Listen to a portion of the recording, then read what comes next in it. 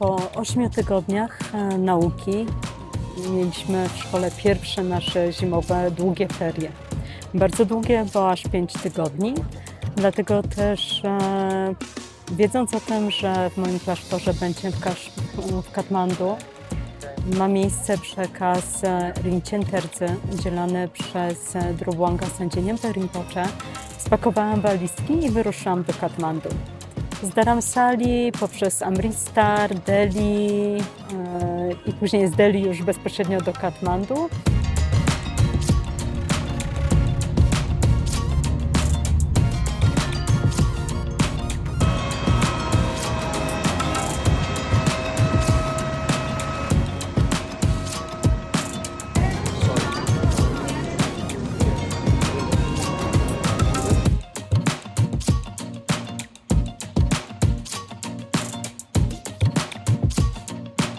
Jednym z największych patronów i mistrzów buddyzmu tybetańskiego był Jamgon Khodro Lodrotaje. W czasach IX Situpy Pema Nyingje Wangpo w klasztorze Palpung wraz z Jamyang Khyentse Wangpo oraz Chogyur Dechen Lingpo stał on na czele buddyjskiego renesansu, który ożywił zanikające linie przekazu. Rinchen Terdzy jest owocem niezwykłej kompilacji dokonanej przez tych trzech wielkich mistrzów. Jamgon Khodro Lodrotaje zgromadził wszystkie te przekazy linii i nauki w dziele znanym jako 5 skarbnic Jamgona Khodrola. Pierwszą z tych 5 skarbnic jest skarbnica drogocennych term, nazwanych po tybetańsku Rinchen Terdzy. Jest to kolekcja wszystkich term, czyli ukrytych skarbów. I Rinchen Terdzy gromadzi w jednym miejscu wszystkie termy regentów Guru Rinpoche. Drugą skarbnicą jest skarbnica mantr Kagyo Nagdzo. I jest to zbiór wszystkich tantr, praktyk, a także abhiszek linii Kagyo. Trzecią jest skarbnica duchowych instrukcji Dam Nagdzo. I jest to kolekcja wszystkich kluczowych nauk, praktyk, tantr, instrukcji 8 wielkich linii.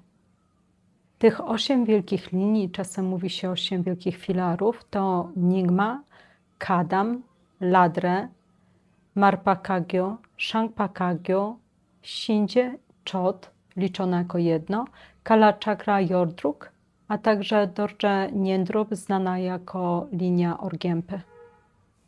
Czwartą skarbnicą jest skarbnica rozległych pism, czyli Gyatsen Kardso. Jest to zbiór własnych pism i dzieł Jamgona Khodrola Rinpoche. I ostatnia, już 5. skarbnica wiedzy Siedzejdzy.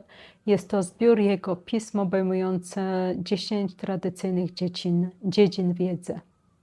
Samo Rinchen Terdzy dzieli się na 3 części: Mahayogę, Anu-jogę i Ati-jogę. Podział ten nie odpowiada jednak dokładnie systemowi podziałów 9 yan, ale jest z nim powiązany.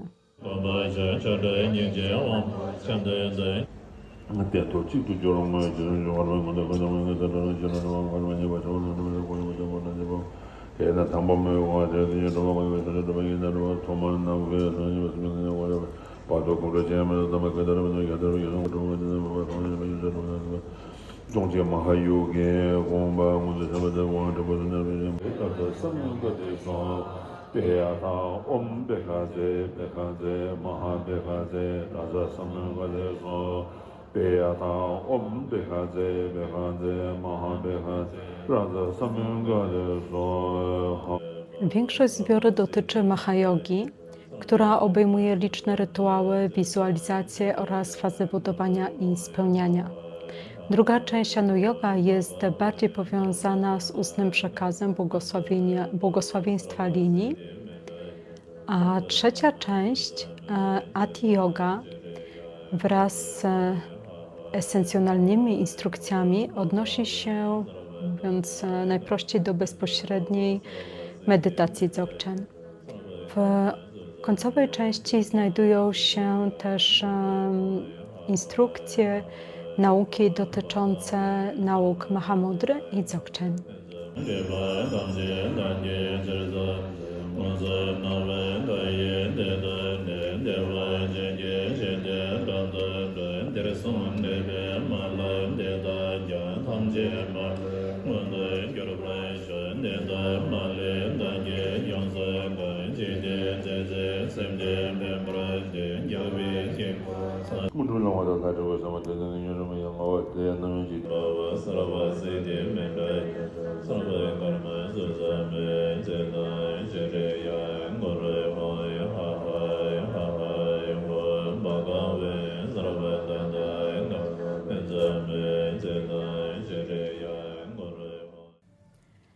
Jamgon Kondrul Lodrotaje żył w latach 1813-1899. Pochodził z ubogiej rodziny i wkrótce po jego narodzinach zmarł mu ojciec, dlatego też jego wychowaniem zajęła się samotna matka. W tym czasie królestwem Derge rządził potężny monarcha, który nakładał na swoich poddanych obowiązek ciężkiej pracy fizycznej. Matka pragnęła uchronić syna przed tak uciążliwym losem, więc posłała go do klasztoru. Tam Jamgon Kondrul przyjął święcenia mnisie i z wielkim oddaniem poświęcił się studiom, stając się wychowankiem 9.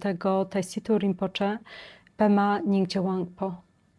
Jamgon Kondrul wyróżniał się jako wybitny uczeń i jako utalentowany pisarz. Gdy król Derge dowiedział się o jego niezwykłych uzdolnieniach, postanowił uczynić go swoim osobistym sekretarzem. Taisitu Rinpoche jednak, myśląc o duchowej przyszłości swojego ucznia i bojąc się, że jego dobre właściwości, umiejętności zostaną zmarnowane na świeckie aktywności, postanowił nadać mu tytuł Tulku, ponieważ wtedy król nie mógłby sobie rościć do niego żadnych praw. Taisitu Rinpoche, 9. Taisitu Rinpoche uznał, że najodpowiedniejszym tytułem dla Jamgona Kondrula będzie miano Tulku Kongpo Bamteng. Wybrał to imię dlatego, że jego poprzednik był wybitnym medytującym. W ten sposób nadano przyszłemu Jamgonowi Kondrulowi imię Kongpo Bamteng, Tulku, i z czasem to imię zostało skrócone do formy Kondrul. Sam Jamgon Kondrul Rinpoche nigdy tego tytułu nie uznał i może dlatego też nigdy nie podpisał żadnego ze swojego dzieła tym imieniem. Jamgon Kondrul studiował, pisał i medytował w odosobnieniu w małej chatce położonej na potężnej skale nad klasztorem Palpung. To miejsce znane jest jako Chandra Rinchen Drak. W swojej autobiografii Kondrul wspomina, że żył tam w wielkim ubóstwie i że jego cały majątek stanowił worek campy, a także kostka herbaty. W czasie trwania przekazu Rinchen Terdze co drugi dzień była wykonywana praktyka ciot. Była to praktyka lydzin w intencji usunięcia przeszkód w zdrowiu i życiu Drubanga Sangye Nyimpe Rinpochego.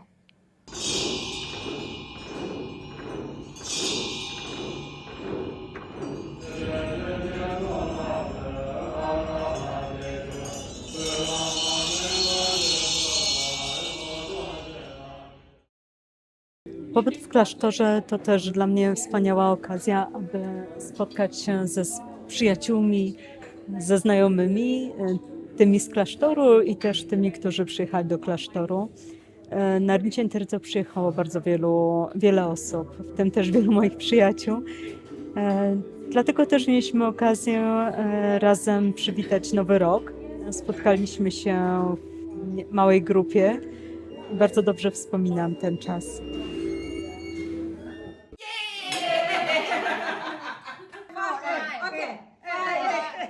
Music. 5, 4, 3, 2, 1.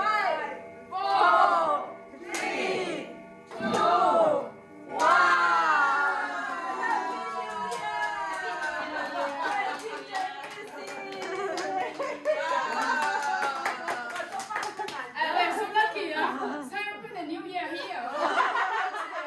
Wow, wonderful. W czasie pobytu w Katmandu odwiedziłam też stupę Bodhanath.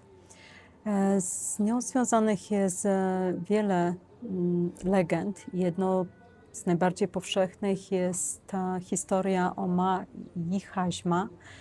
Była hodowczynią drobiu i całe życie marzyła o tym, aby zrobić coś wielkiego dla nauk Buddha-dharmy. Udała się do króla z prośbą o pozwolenie na budowę stupy, która miała pomieścić relikwie dawnego Buddy Kaśjapy. Poprosiła o skrawek ziemi wielkości skóry jaka.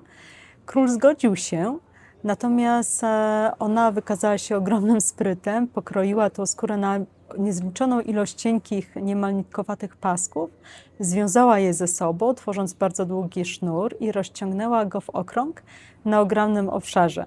Król był zaskoczony jej pomysłowością, ale ponieważ był człowiekiem honoru, dotrzymał słowa i pozwolił jej zbudować stupę na tak wyznaczonym obszarze.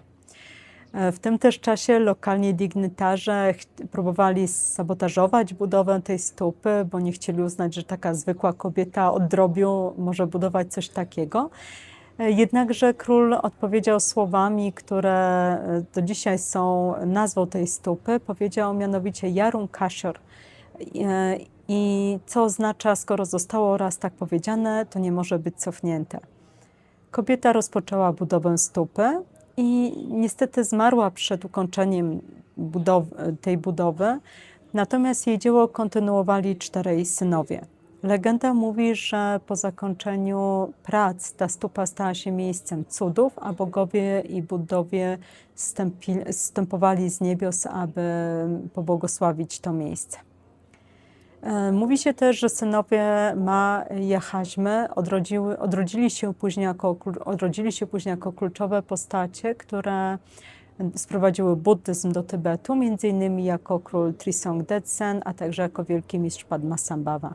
Stupa ta stoi na ogromnej, 3-stopniowej platformie w kształcie mandali i całość, ten kompleks tej stupy ma średnicę około 100 metrów, a wysokość tej stupy sięga około 40 metrów.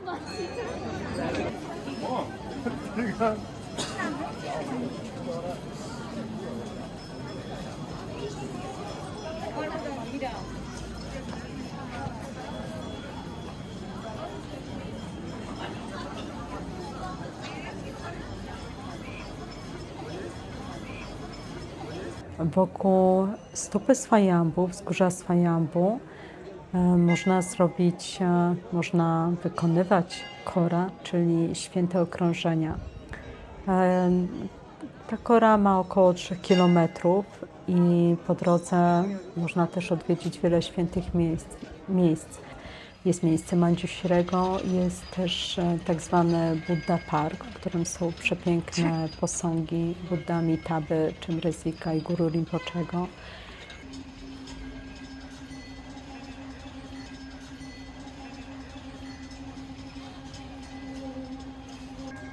Jest też wiele młynków modlitewnych, jest też piękny posąg Milarepa,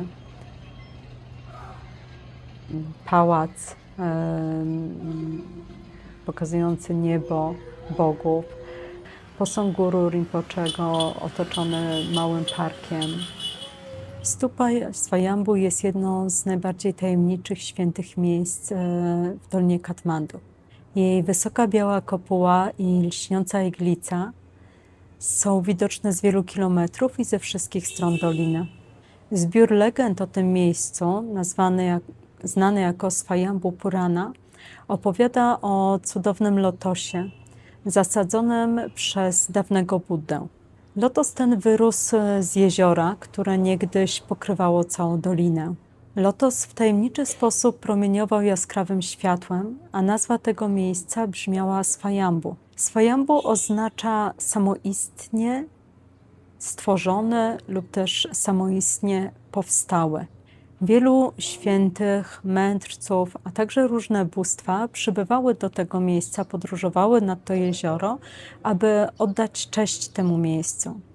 To miejsce znane było też z tego, że wierzono, że błogosławieństwo tego światła daje moc osiągnięcia szybkiego przebudzenia. W tym też czasie Bodhisattva Manjushri medytował na świętej gorze Wutajshan Pewnego dnia miał wizję oślepiającego światła lotosu.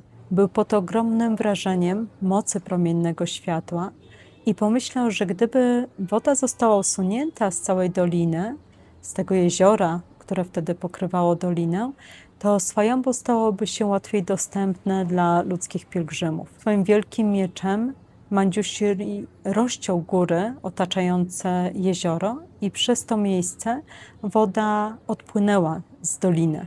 Dzisiejsze Katmandu jest usytuowane właśnie w tej dolinie. Lotos został następnie przekształcony we wzgórze, a światło stało się dzisiejszą stopą Swajambhunath.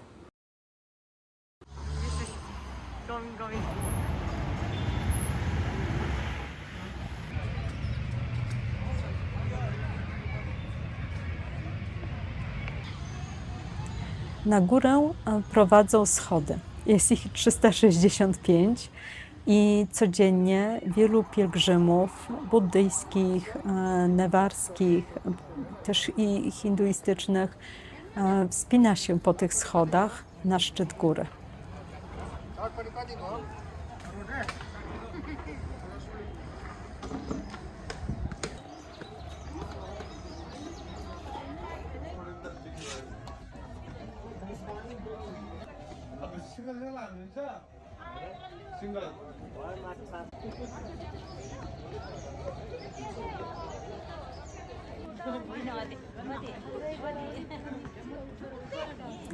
Na szczycie wzgórza Swajambhunath znajduje się też kolejna, mniejsza i może rzadziej odwiedzana świątynia. Jest ona nazwana Shantipur, co jest tłumaczone jako miejsce pokoju. Mówi się, że wewnątrz tego miejsca, w tej świątyni, w sekretnej, zawsze zamkniętej podziemnej komnacie, mieszka mistrz. Niektórzy mówią, że jest to bodhisattva, niektórzy mówią, że jest to arhat, niektórzy mówią, że jest to tantryczny mistrz z VIII wieku, Shantikar Acharya. Klasztor Benzhen znajduje się niedaleko Stupy, u podnóża wzgórza.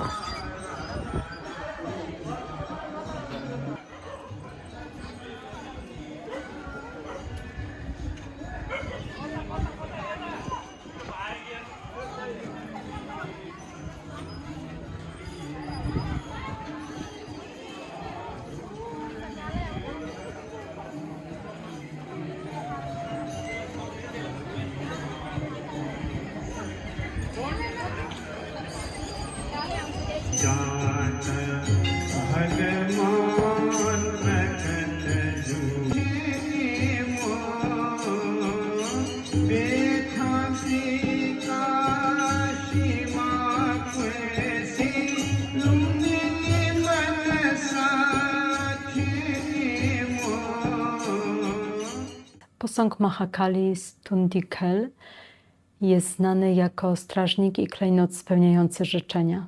Jest on umieszczony niedaleko miejsca, które nazywa się Tundenkhel w Katmandu. To miejsce jest czczone przez wielu wyznawców z wielu religii.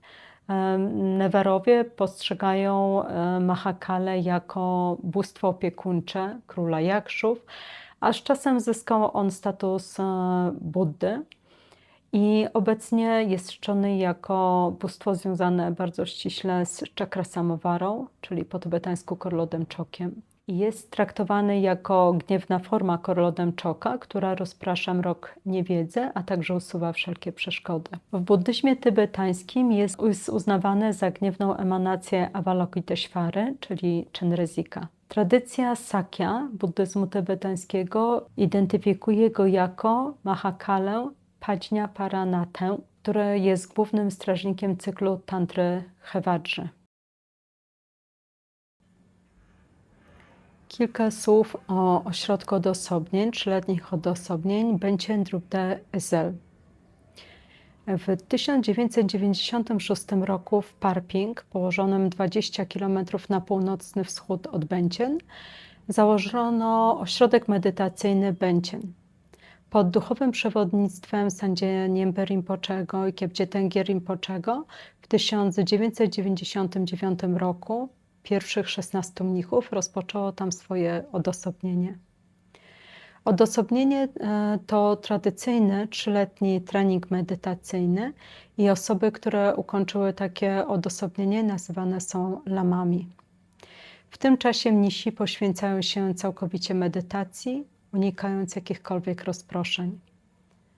Po upływie 3 lat i 3 miesięcy w pomyślnym dniu pierwsza grupa lamów ukończyła odosobnienie. I tak do dnia dzisiejszego w ośrodku mają miejsca tradycyjne 3-letnie odosobnienia. To właśnie Jamgonowi Kondrólowi zawdzięczamy ustrukturyzowanie tradycji grupowych 3-letnich odosobnień, która przetrwała do dziś. Stał się on też głównym nauczycielem 15 karmapy Kacyap Dorje. 30 marca 2012 roku według kalendarza tybetańskiego był to 8 dzień 2 miesiąca. Kyabje Tengye Rinpoche odszedł w paranirwanę. Gdy Rinpoche opuścił stan pośmiertnej medytacji Tugdam, zgodnie z jego życzeniem przystąpiono do kremacji.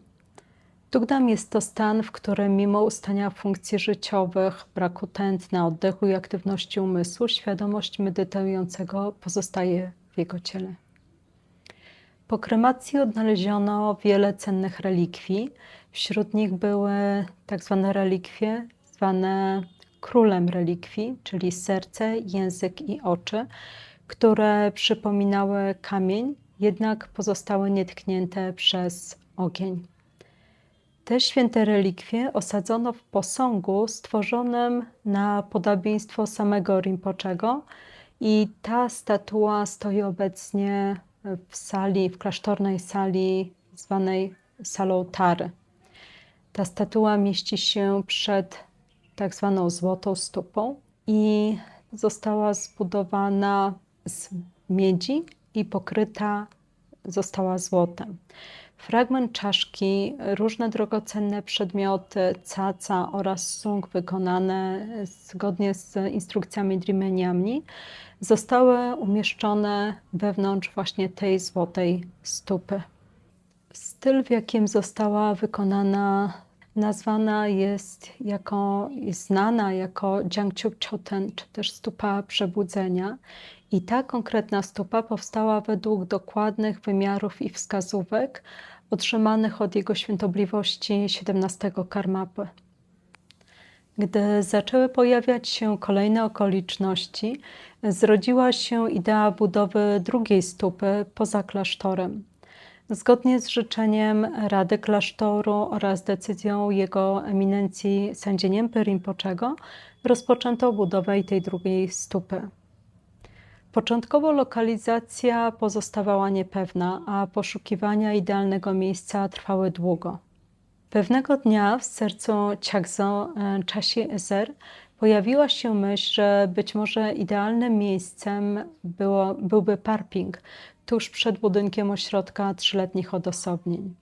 Tego samego dnia, gdy Chagzo wracał skuterem z Parping do klasztoru, rozpętała się gwałtowna burza. Choć przemógł on do suchej nitki w tym ulewnym deszczu, to rozpoznał wydarzenie to jako wysoce pomyślny znak. Rada klasztoru wraz z jego eminencją Drubongien Sandziejem Niembą Rinpoche zaakceptowały to miejsce. Ponadto decyzja klasztoru została przypieczętowana i pobłogosławiona przez jego świątobliwość 17 karmapę, który dostarczył również precyzyjnych instrukcji dotyczących budowy, poziomów stupy, szczegółów trójwymiarowej mandali białej tary, która znajduje się wewnątrz, a także co do kunsztownych fresków wewnątrz. Te kunsztowne freski przedstawiają linię przekazu białej tary, 21 aspektów tary, inkarnację Sandzieja Niemby Rinpoche, a także żywoty Kyabje Tengye Rinpoche. Rabne, czyli konsekracja, zostało odprawione przez Drubonga Sangye Rinpochego w dniu 31 marca 2014 roku. I dokładnie w tym momencie na niebie pojawiło się niezwykłe zjawisko, idealnie kolista tęcza. Dla wielu był to długo oczekiwany znak, że Yangtze wstąpił do łona matki. W grudniu tego samego roku, dokładnie tak jak przepowiedziano, urodził się Yangtze Tenga Rinpoche, powracając, by prowadzić wszystkie istoty na ścieżce do przebudzenia. Stupa w Parping zawiera niezliczone mantry, zung oraz caca wykonane z prochów i relikwii. W górnej części znajdują się drogocenne przedmioty, w tym święte pigułki od Gampopy, Marpy oraz pas medytacyjny Milarepa. Stupa przechowuje również cenne relikwie wielkich mistrzów, w tym różnych karmapów. Wiele relikwii podarowanych przez Drubonga Sangye Rinpochego, a także relikwie Buddy Sangye Sung. Dzięki błogosławieństwu i mocy tych wszystkich drogocennych relikwii, nawet ci, którzy nie mieli osobistego związku z Kyabdzie Tengą Rinpoche, mogą otrzymać błogosławieństwo, a także odnaleźć spokój serca.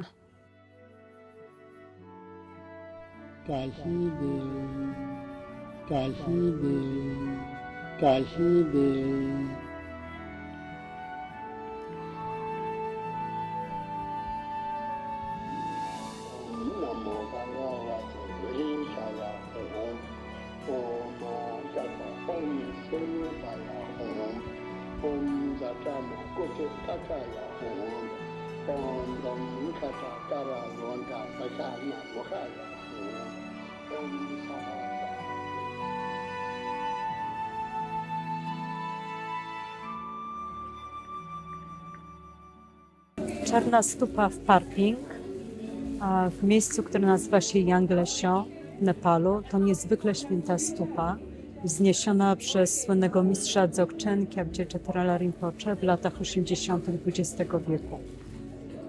W tej stupie znajdują się niezwykle święte relikwie, w tym należące do Tertona Jigme Lingpe, który żył w latach 1729-1798, a także relikwie oka, języka i serca pierwszego karmapy, Desung Khenpe, który żył w latach 1110 do 1193 roku. Ta stupa mieści się na terenie kompleksu klasztornego Kyabdzie Chetarala Rinpochego w Parpingu. Kompleks Chetarala Rinpochego mieści się niedaleko jaskini Asura, w miejscu, które, tak jak wcześniej wspomniałam, nazywa się Yanglesio. Pobyt w klasztorze to dla mnie też czas, aby spotkać się z wieloma przyjaciółmi.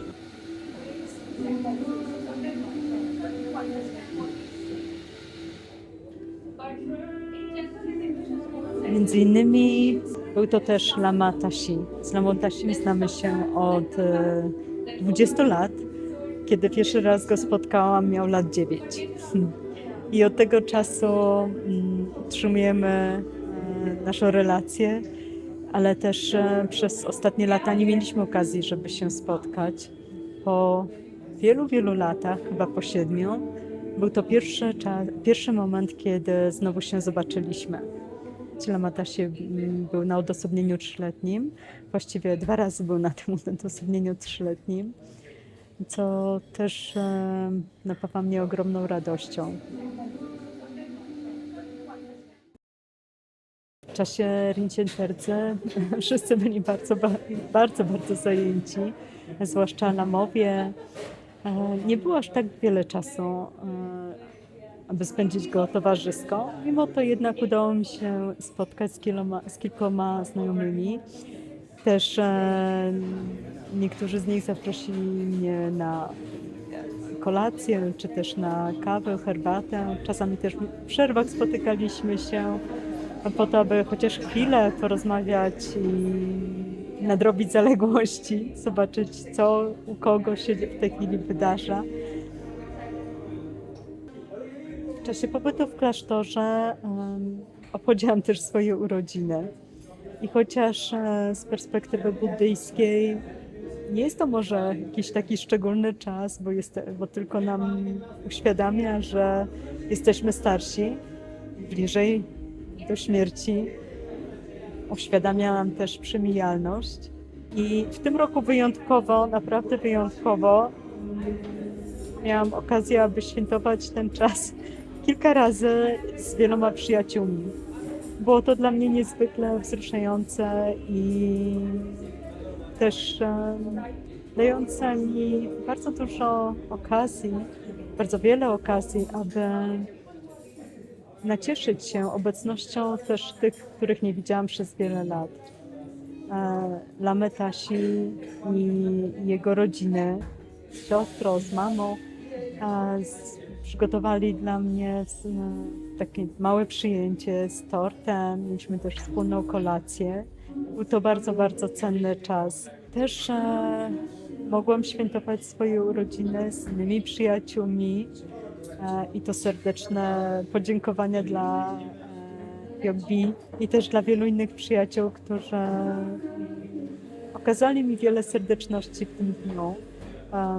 Pokazali mi też, że jestem dla nich ważna. Było to dla mnie bardzo, bardzo wzruszające i bardzo dziękuję za to.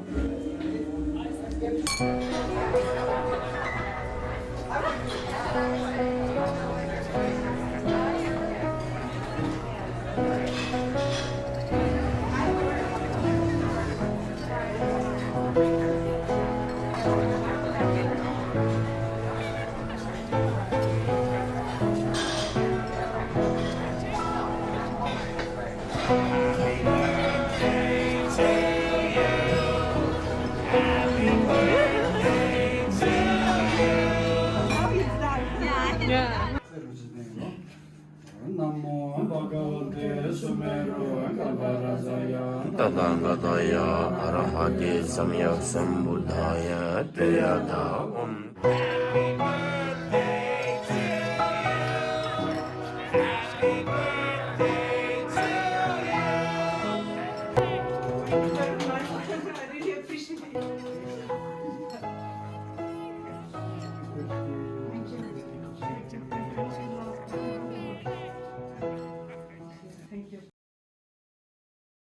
Czas urodzin nie był dla mnie tylko czasem, aby świętować, ale też chciałam wykorzystać ten czas bardziej wartościowo, bardziej pożytecznie, dlatego też udałam się do świątyni Vajrayogini w Katmandu, niedaleko przejścia, niedaleko mostu, który prowadzi na Tamel. To miejsce jest niezwykle święte. Znajduje się tam 5 posągów Vajrayogini. Miałam też to szczęście, że był to dzień Daki i też w tym dniu było tam wiele osób odwiedzających, składających ofiarę, modlących się, ale też udało mi się znaleźć tam kawałeczek miejsca, tak żeby usiąść i mogłam też posiedzieć tam przez dłuższy czas, wykonując pudżę, swoją własną pudżę, codzienną pudżę wraz z cokiem. Myślę, że ten moment i ta aktywność dała mi też najwięcej satysfakcji i najwięcej radości. Po wykonaniu coku w świątyni Vajrayogini, po odwiedzeniu tak zwanej Forest Vajrayogini, miałam też okazję po raz pierwszy odwiedzić miejsce w dystrykcie Mepi.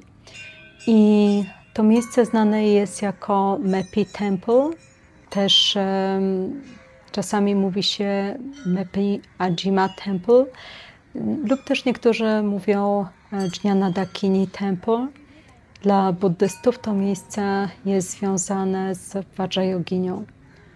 Jest to świątynia położona na niewielkim wzgórzu, A jest wejście, brama do tego miejsca. W środku znajduje się główna postać, Dżniana Dakini, otoczona orszakiem, strażnikami. 4 tygodnie minęły bardzo szybko. Trzeba było się spakować i wracać do Dharamsali, ponieważ rozpoczynał się kolejny moduł mojego programu. Wróciłam do Dharamsali w sobotę, a w poniedziałek już poszłam do szkoły.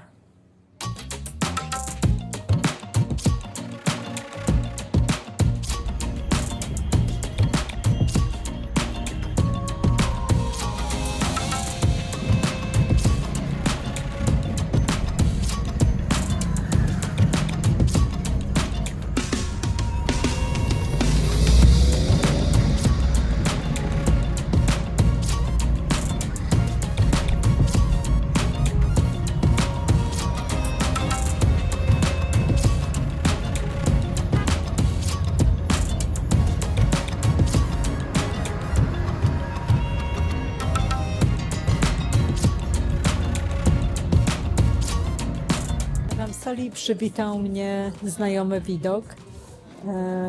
Widok, który oglądam codziennie. Widok na górę, na świątynię tajską. I muszę powiedzieć, że to też było takie miłe uczucie powrotu do siebie.